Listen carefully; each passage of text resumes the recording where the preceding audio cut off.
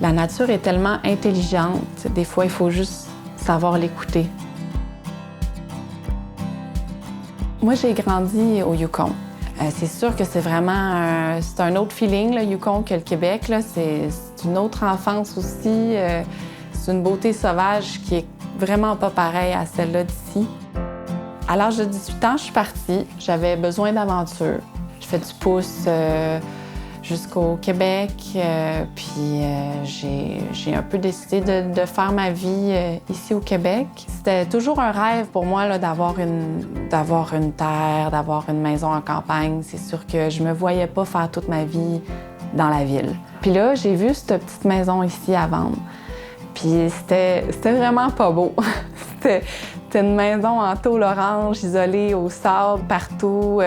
Le toit était sur le bord de défoncer. Il y avait vraiment de l'amour à donner. Mais le terrain était magnifique.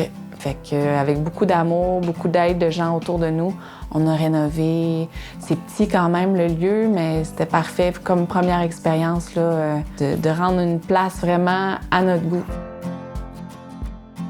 L'herboristerie, ça fait environ 10 ans que je m'intéresse aux plantes.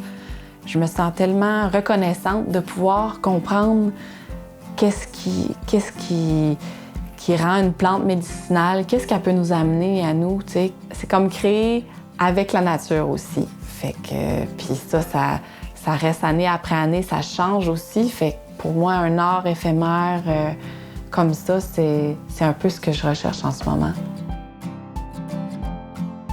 J'ai vu un appel pour l'École de la chanson de Granby. J'ai fait une application, j'ai été acceptée.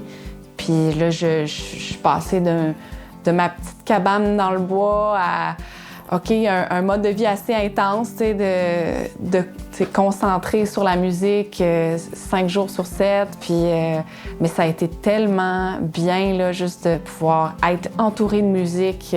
Parce que c'est un peu comme faire pousser une plante ou faire un jardin. C'est semblable. Il y a des cycles. Tu fais germer une idée, tu fais germer comme tu ferais germer une graine. Il faut attendre, il faut être patient.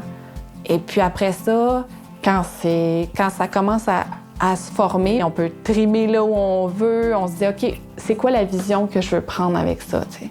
C'est là que c'est le fun, en fait, en musique, c'est que les autres nous amènent leur grain de sel, leur créativité dans tout ça.